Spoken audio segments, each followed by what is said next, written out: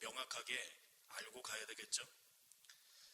이 복음이라는 것은 헬라어로 말하면 유앙겔리온이라고 합니다. 유앙겔리온. 뜻은 좋은 소식, 기쁜 소식이라는 뜻을 갖고 있죠. 과연 이 세상 속에서 많은 사람들에게 진정한 기쁜 소식과 좋은 소식은 무엇일까? 그것은 바로 이 세상에서 그 누구도 그 어떤 것으로도 해결할 수 없는 죄와 죽음의 문제를 해결해 주시기 위해서 하나님께서 아들 예수를 이 땅에 보내주신 소식, 이것이야말로 좋은 소식, 기쁜 소식이 아니겠습니까? 우리의 신앙생활을 정의하자면 바로 이 예수 그리스도가 어떤 분이신가를 알아가는 것이 우리 신앙생활의 정의라고 할 수 있겠습니다. 성경은 총 66권으로 되어 있습니다. 구약 39권, 신약 27권으로 되어 있습니다. 외우기가 쉬워요. 39, 27. 우리 구구단 다 아시죠? 그래서 구약 39권, 신약 27권. 성경 66권이 바라보고 있는 한 존재가 있습니다. 바로 예수 그리스도입니다. 성경 66권 전체의 주제는 예수입니다. 구약은 바로 오실 예수님, 신약은 오신 예수님, 신약 안에서 요한계시록은 다시 오실 예수님. 구약을 확 쥐어짜면 짐승의 피가 나오고 신약을 확 쥐어짜면 예수의 피가 나옵니다. 성경 66권 전체는 바로 핏부림의 역사라고 볼 수 있습니다. 신약성경의 제일 첫머리는 바로 사복음서가 자리 잡고 있습니다. 그 기록한 저자의 이름을 따라서 마태복음, 마가복음, 누가복음, 요한복음, 이 네 복음서 중에서 요한복음을 제외하고 마태복음, 누가복음, 마가복음, 누가복음, 이 세 개의 복음서를 공간복음이라고 합니다. 요한복음을 제외한 마태, 마가, 누가복음을 말하는 것이죠. 여기서 공간이라는 뜻은 원어로 함께 보다, 다시 말해서 공통된 관점으로 쓰여진 책을 바로 공간복음이라고 말하고 있습니다. 이렇듯 신약성경의 첫 번째를 장식하고 있는 이 사복음서의 공통된 주제는 바로 예수님이라는 존재가 누구신가? 바로 이 사복음서는 예수님께서 하신 말씀과 그가 행하신 행동이 기록되어 있습니다. 예수님이 어떻게 태어나셨나? 그리고 어떻게 자라셨고 어떻게 그분이 어떤 일을 하셨나? 그 모든 내용을 알 수 있는, 이 세상에 존재하고 있는 수많은 책 중에 유일하게 알 수 있는 책이 바로 사복음서라는 것이죠. 그러니까 성경 66권 중에서도 이 네 권의 복음서야말로 우리가 믿고 있는 예수님이 어떠한 분이신지 가장 명확하게 보여주고 있다는 것이죠. 저 개인적으로도 이 귀한 공동체 가운데 귀한 지체들에게 귀한 마태복음 말씀을 전할 수 있는 기회를 주신 하나님께 너무 감사한 마음입니다. 이 마태복음 강해가 언제 끝날지 모르겠습니다. 중간중간 절기를 맞아서 절기설교를 하든 아니면 특강 형식으로 주제 설교를 하든 있을 수 있겠죠. 아무튼 예수님이 어떤 분이신가를 가장 명확하게 보여주는 이 마태복음서를 함께 나누면서 저와 여러분의 큰 신앙에 유익이 있기를 바랍니다. 하나님께서는 당신의 아들 예수의 삶을 네 명의 인물, 마태, 마가, 누가, 요한을 통해서 기록하게 하셨습니다. 사실 이 내용을 읽다 보면 겹치는 부분들이 너무 많아요. 마태복음에 나오는 내용들이 마가복음에 나오고 또 누가복음에 나오는 내용들이 또 마태복음에 나옵니다. 사람들은 이런 생각을 할 수도 있겠어요. 왜 예수님에 대해서 한 사람만 기록하면 됐지 굳이 네 사람까지 기록하게 하셨을까? 이런 생각을 갖고 있었던 예전에 많은 사람들이 있었습니다. 이들이 시도했던 작업은 무엇이냐면 이 네 개의 복음서를 짬뽕시켜서 한 개의 복음서로 만들려고 했어요. 그래서 책도 많이 냈어요. 그런데 놀라운 사실은 현재 이러한 시도를 했던 사람들이 남겨놓은 책들은 다 시중에서 사라져 버렸습니다. 왜냐하면 마태, 마가, 누가, 요한 각각의 책마다 예수님을 바라보는 독특한 관점과 포인트가 있다는 거죠. 그것을 짬뽕시키면 그 독특한 포인트가 사라져버리기 때문에 오늘날 그러한 책들은 존재하고 있지 않습니다. 왜 마태복음, 마가복음, 누가복음, 요한복음 이 네 책이 존재해야 되느냐? 예를 들면 어떤 집이 있는데 그 집 정면만 보고 그 집을 다 알 수는 없잖아요. 뒷면인 배면도, 양측면인 측면도를 봐야만 그 건물의 전경을 알 수 있습니다. 죄송합니다. 우리 자매 이름 중에 정경이 있는데 집의 내부 구조를 알게 되면 집을 갈라서 평면도를 봐야 방이 몇 개이고 부엌이 어디 달라붙어 있고 화장실이 어디에 있는지 알 수 있잖아요.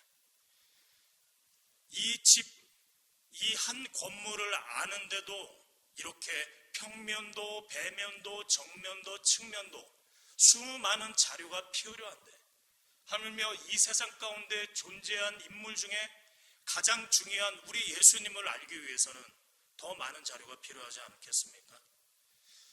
예수님에 대해서 한 사람만 기록했다고 한다면 복음서를 예수님의 한 면만 바라보는 것과 같습니다. 그래서 하나님께서는 마태뿐만 아니라 마가에게도, 누가에게도, 요한에게도 예수님이 어떤 분이신지 기록하게 했고, 오늘날 믿는 크리스천들은 이 네 명의 저자가 쓴 복음서를 통해서 예수님을 전체적으로, 입체적으로 풍성하게 알 수 있는 은혜를 누리게 된 것이죠. 여러분, 각각 네 명의 저자들이 바라보고 있는 예수님의 관점이 달라요. 마태는 예수님을 왕으로 바라봤습니다. 마가는 예수님을 종으로 바라봤어요. 누가는 예수님을 사람의 아들로 바라봤고, 요한은 예수님을 하나님의 아들로 바라봤습니다. 그 중에 우리는 예수님을 왕으로 바라보았던 마태복음에 관해서 공부를 하려고 합니다. 그래서 우리가 예배 전에 불렀던 찬양이 바로 예수 우리 왕이여라는 찬양입니다. 여러분, 이 마태복음을 제대로 이해하기 위해서는 마태가 마태복음을 쓰면서 염두에 둔 독자, 제일 처음으로 이 책을 접해야 될 원 독자를 알 필요가 있습니다. 마태가 누구를 겨냥하고 마태복음을 썼는지 알아야 된다. 누굽니까? 바로 유대인들입니다. 유대인들이면서 이제 예수님을 믿고 기독교인이 된 지 얼마 되지 않은 사람들에게 예수님이 어떠한 존재인지 알려주기 위해서 마태복음을 썼다는 거죠. 뿐만 아니라 아직까지 복음을 받아들이지 않고 있는 유대교 유대주의자들을 복음을 전하기 위해서 마태복음은 써졌습니다. 여러분, 마태복음을 잘 이해하기 위해서는 유대인의 관점으로 접근해야 됩니다. 유대인은 어떤 존재입니까? 모세오경을 너무나도 잘 알고 있는 사람들이죠. 창세기, 출애굽기, 레위기, 민수기, 신명기. 이들은 아브라함을 자신들의 신앙의 조상이라고 생각해요. 이들은 다윗을 자신들의 민족의 역사적인 왕이라고 생각을 합니다. 그들이 현재까지 믿고 있는 유대교와 우리가 현재 믿고 있는 기독교의 차이점에 대해서 아십니까? 유대교에서는 구약만 인정합니다. 신약은 인정하지 않습니다. 물론 그들이 바라보고 있는 구약 안에 있는 여호와를 하나님으로 인정하는 것은 우리 믿는 기독교인들도 마찬가지예요. 그런데 구약에서 예언하고 있는 그 메시아가 사복음서에서 공통된 주제로 바라보고 있는 예수 그리스도라는 것을 그들은 인정하지 않습니다. 그러나 우리는 구약에 수많이 인용되었던, 예언되었던 그 말씀의 메시아가 신약의 사복음서에 나타난 예수 그리스도임을 우리는 인정하고 있다는 것이죠. 그것이 유대교와 우리가 믿고 있는 기독교의 차이점입니다. 아직까지 유대교를 신봉하고 있는 유대인들은 오실 메시아를 기다리고 있습니다. 유대인들은 선민사상을 갖고 있어요. 이 선민사상이라는 것은 이분법적 사고를 갖고 있습니다. 이것은 무엇을 의미하냐면 자신들은 아브라함의 자손이고 아브라함의 혈통에서 나왔기 때문에 이 땅 가운데 삶이 끊어지면 자동적으로 하나님의 나라에 들어간다고 생각을 했습니다. 아주 자연스럽게 열조로 돌아간다고 생각했어요. 그런데 아브라함의 혈통이 아닌, 아브라함의 자손이 아닌 사람들은 아무리 하나님의 존재를 찬양하고 믿어도, 율법을 잘 지켜도 하나님의 나라에 들어갈 수 없는 존재로 여겼습니다. 사람을 유대인과 그리고 유대인이 아닌 사람으로 나눴다라는 것이죠. 이처럼 유대교는 이분법적인 사고를 갖고 있습니다. 때문에 예수님 당시에서도 이 유대인들이 이방인들을 영원히 구원받지 못할 천한 개처럼 여겼다라는 것이죠. 또한 이 유대인들은 잘못된 메시아관을 갖고 있었어요. 이들이 기다리고 있었던 구약에 기록된 메시아, 예언된 메시아는 로마의 압제로부터 구출해낼 정치적이고 군사적인 리더십을 갖고 있는 리더십을 기대하고 있었습니다. 그런데 여러분 보십시오. 예수님은 그들이 기다리고 기대하고 있었던 모습과는 정반대의 십자가의 길로 걸어가셨습니다. 우리의 눈으로 보기에도 너무나도 초라한 예수님의 모습, 무기력한 모습의 예수님을 그들은 인정하기가 싫었다는 거는 거예요. 우리가 앞으로 읽어야 할 마태복음 1장과 28장까지의 모든 내용은, 대부분의 내용은 바로 이러한 잘못된 종교적 이념과 메시아 사상을 갖고 있는 유대인들을 깨트리기 위해서 마태가 이 마태복음을 썼다라는 것입니다. 다시 한번 말씀드리지만 이 마태복음이라는 책은 잘못된 선민 사상과 메시아관을 갖고 있는 유대인들을 깨우치기 위해서 예수님께서 쓴 책이라는, 마태가 쓴 책이라는 거죠. 여러분, 마태복음은 신약성경에 몇 번째 나오나요? 바로 첫 번째 나옵니다. 그렇다고 해서 마태복음이 사복음서 중에서 제일 먼저 쓰여진 책은 아닙니다. 사복음서 중에서 제일 먼저 쓰여진 책은 마가복음이에요. 이 마가복음을 틀로 잡아가지고 마태가 마태복음을 쓴 것이죠. 그런데 왜 먼저 쓰여진 마가복음이 제일 앞에 나와 있지 않고 마태복음이 먼저 앞섰을까? 여기에는 이유가 있습니다. 마태복음이야말로 구약과 신약을 연결시켜주는 다리 역할을 하기 때문에 그렇습니다. 마태복음은 다른 복음서와는 달리 구약이 엄청나게 인용되어 있는 책입니다. 구약이 직접적으로 인용되거나 암시된 것만 합치더라도 무려 129개나 되는 구약의 말씀이 인용되었다는 것이죠. 마태복음은 유대인을 위해서 쓰여진 책입니다. 유대인들은 구약 성경에 익숙한 사람들이죠. 그들의 잘못된 종교의 틀을 깨부시기 위해서는 그들이 잘 알고 있었던 구약을 풀이해 줄 수밖에 없었다는 것입니다. 그래서 우리가 마태복음을 계속 읽게 되면 반복돼서 나오는 표현이 나오는데 바로 말씀하신 것을 성취하려 하심이라, 이런 표현이 계속적으로 나오고 있습니다. 그래서 마태복음은 누가 읽으면 은혜가 충만하냐면 구약 성경을 꾸준히 연구하고 읽었던 사람이 마태복음을 읽으면 감동이 2배입니다. 저 개인적으로 신앙생활을 하면서 성경 통독 세미나에 한 3번 정도 참여를 했습니다. 길게는 4박 5일, 짧게는 3일 동안 그 앉은 자리에서 밥 먹고 자는 시간, 화장실 가는 시간 빼놓고 성경을 계속 읽는 거예요. 창세기부터 요한계시록까지. 쉽지가 않아요. 어렵습니다. 특별히 창세기부터 출애굽기까지는 설화체, 내러티브 이야기 형식이기 때문에 재밌게 읽을 수 있는데, 아까 우리 회장님이 이야기했던 것처럼 레위기 막 그쪽으로 가면 너무나 읽기가 힘들어요. 무슨 말인지도 모르겠고 그렇게 구약을 향해서 달려갑니다. 그렇게 구약의 마지막 책인 말라기까지 읽고 나면 이제 신약의 마태복음에 이르게 되는 것이죠. 여기서 하이라이트입니다. 여기서 스파크가 일어나요. 앉아 있어서 귀로만 듣고 있었고 졸면서 눈으로 읽었던 구약의 말씀들이 마태복음에 이르러서 예수님을 통해서 재해석되는 것을 경험하는 순간 속이 뻥 뚫리는 것을 경험할 수가 있습니다. 요즘에 인터넷 용어로 사이다라고 하죠. 사이다를 경험할 수가 있는 거예요. 너무나도 멋진 예수님의 모습을 발견합니다.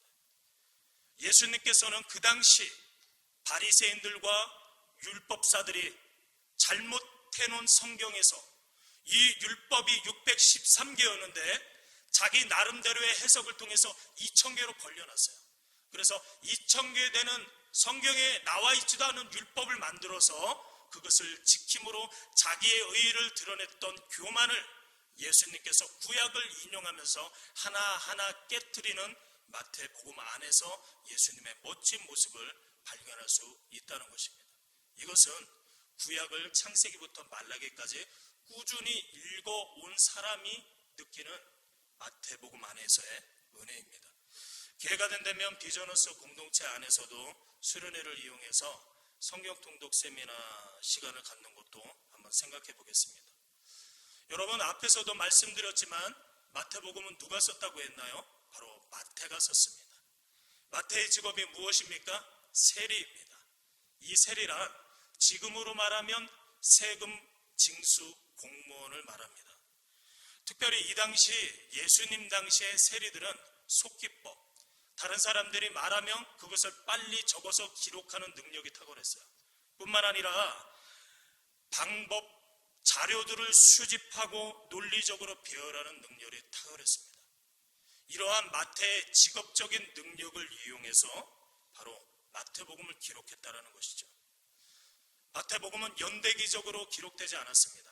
연대기적이라는 말은 무엇이냐면 사건을 일어난 시간의 순서대로 배열해 놓지 않고 주제별로 엮였다는 것이죠.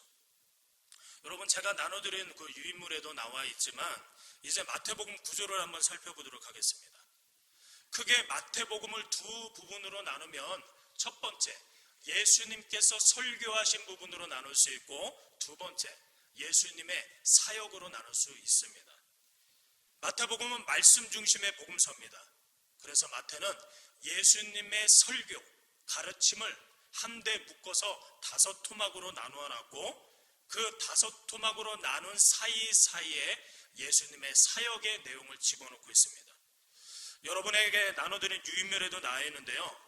크게 5개의 설교를 중심으로 해서 앞뒤에 예수님의 행적과 이적이 기록되는 방식으로 이 마태복음은 구조가 이루어져 있습니다. 쉽게 말해서 이 마태복음에 나오는 5가지 설교가 마태복음을 구성하는 5개의 뼈대라는 것입니다.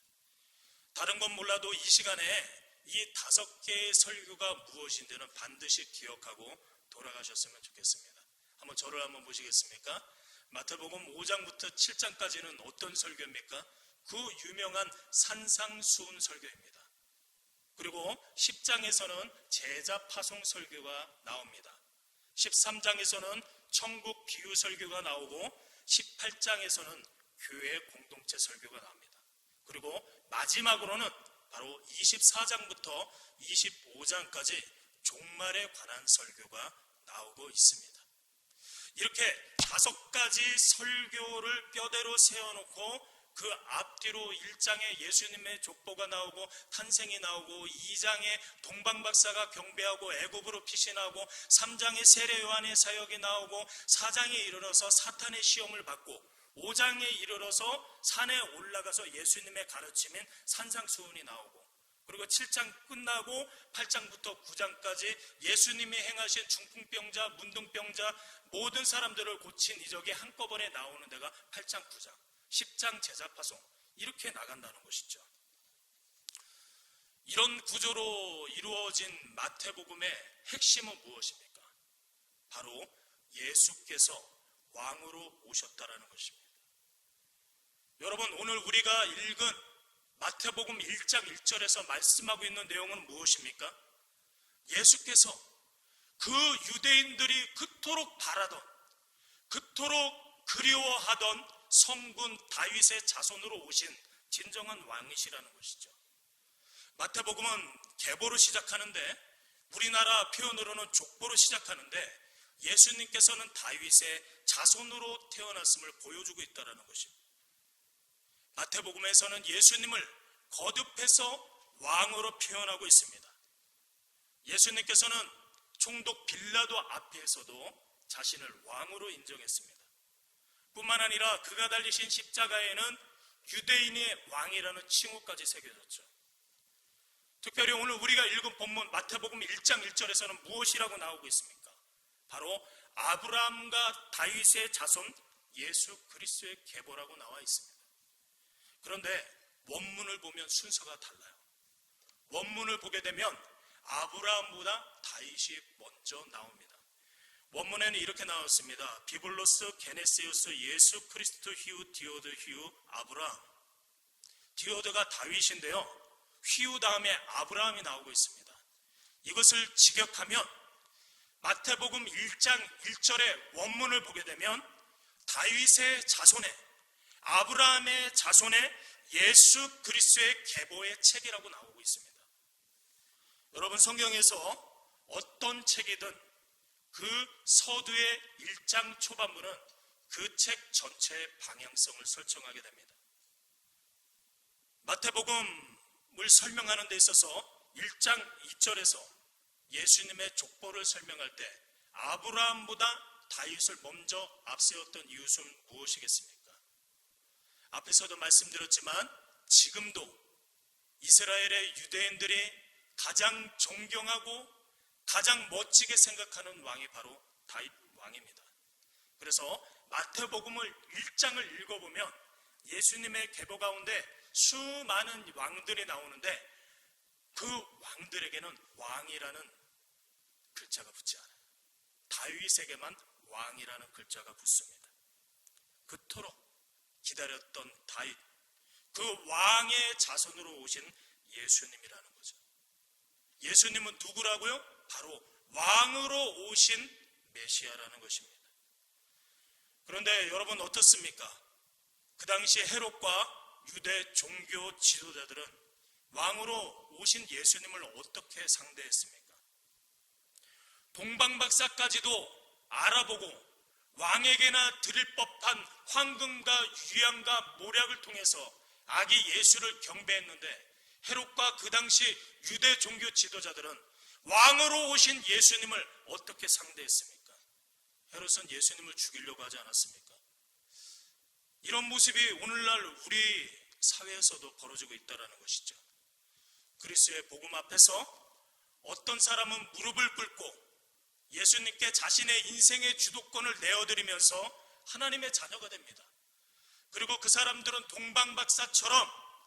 동방박사가 그랬던 것처럼 그분을 왕으로 경배하고 찬양합니다. 그러나 어떤 사람은 예수는 소크라테스나 공자처럼 훌륭한 인물에 불과하다, 혹은 복음을 전하는 자들을 미친 사람 취급하거나 복음을 조롱하고 터부시하는 일을 헤롯과 같이 유다 종교 지도자들과 같은 모습을 보여주는 사람들도 있습니다.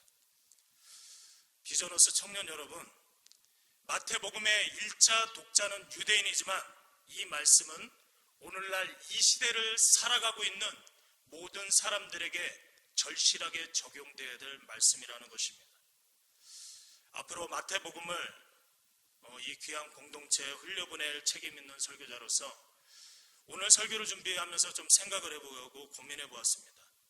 왜 하나님께서 2017년 한 해를 시작하면서 이 마태복음을 설교하려는 마음을 주신 걸까? 그렇게 기도하면서 드는 생각이 있었습니다. 과연 나는 목사인데 과연 나는 예수 그리스도를 내 인생의 왕으로 인정하고 사는가? 그분 진정으로 그분을 인정하고 내 인생의 주도권을, 내 인생의 선택권을, 결정권을 그분께 순간순간 내어드리고 있는가? 어떤 일이 생기지 않고 평안할 때는 예수 잘 믿고 신앙생활 잘하는 것 같은데, 인생의 절박한 위기 가운데 놓여져 있을 때 두려운 나머지 그분의 선택을 하지 않고 나의 선택을 하고 있는 건 아닌가? 아니면 그 당시 예수님을 십자가에 못 박았던 유대 종교 지도자들처럼 예수님이 말씀하지도 않았는데 나 스스로 상상 속에서 만든 종교적인 틀 속에서 사로잡혀서 살아가고 있는 건 아닌가?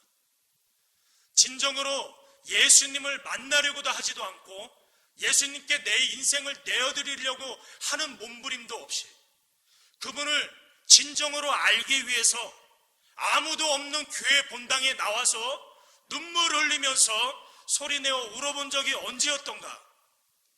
그냥 목사니까, 그냥 주일학교 교사니까, 그냥 우리 부모님이 직분자니까, 그냥 주일 성수하니까, 그냥 헌금하니까 이 정도로면 됐지. 그런데 내 마음속에서는 여전히 갈급한 그런 저의 모순된 자아를 고민하게 되었습니다. 여러분, 말씀을 맺을까 합니다. 이 공동체에 하나님의 말씀을 옳게 분별해서 전해야 될 설교자로서 마태복음을 강해하면서 바라보는 비전이 있습니다. 꿈꾸는 모습이 있다는 것이죠. 바로 나 자신이, 나 개인이 유대 종교 지도자들처럼 잘못된 종교의 틀 속에 사로잡혀서 진리 안에서 자유하지 못한 채, 진정으로 예수님의 은혜를 누리지 못한 채 살아가고 있는 나의 자아가, 바로 우리의 공동체의 자아가 마태복음에 기록된 말씀을 통해서 깨지고 부서져서 오직 예수 그리스도를 인생의 왕으로 모시고 사는 비전너스 공동체 한 사람 한 사람의 모습을 떠올리게 되었습니다. 여러분, 언제 우리의 이 모순된 자아가 깨어질 수 있겠습니까? 바로 예수님을 만나셔야 됩니다. 여러분, 저도 최선을 다해서 마태복음을 1장부터 28장까지 기록된 정말 내 자신 스스로가 마태가 되어서 깊게 연구하고 말씀을 전하겠습니다.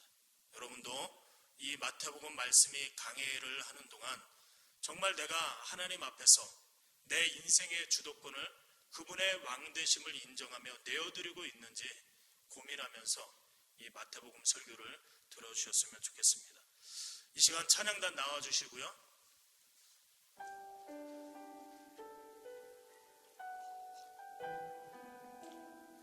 하나님께서 그런 마음을 주신 것 같아요. 이 마태복음을 통해서 정말 예수 그리스도를 내 인생 가운데 왕으로 모시는 우리 비전너스의 공동체의 모습을 주님께서는 기대하고 계신 것 같아요. 우리 한 사람 한 사람이 인생의 어려움 속에서 나 자신을 의지하지 않고 내 마음의 왕자에 그분을 모셔드리는, 그래서 로드십이 세워지는 우리 각자가 되어서 이 공동체에 어떤 연약한 영혼이 들어오게 되더라도 그 영혼을 회복시키는 하나님의 왕권이 회복되는 우리 비전너스 공동체가 됐으면 좋겠습니다. 이 시간 다 같이 자리에서 일어나셔서 왕 되신 예수님을 찬양하겠습니다.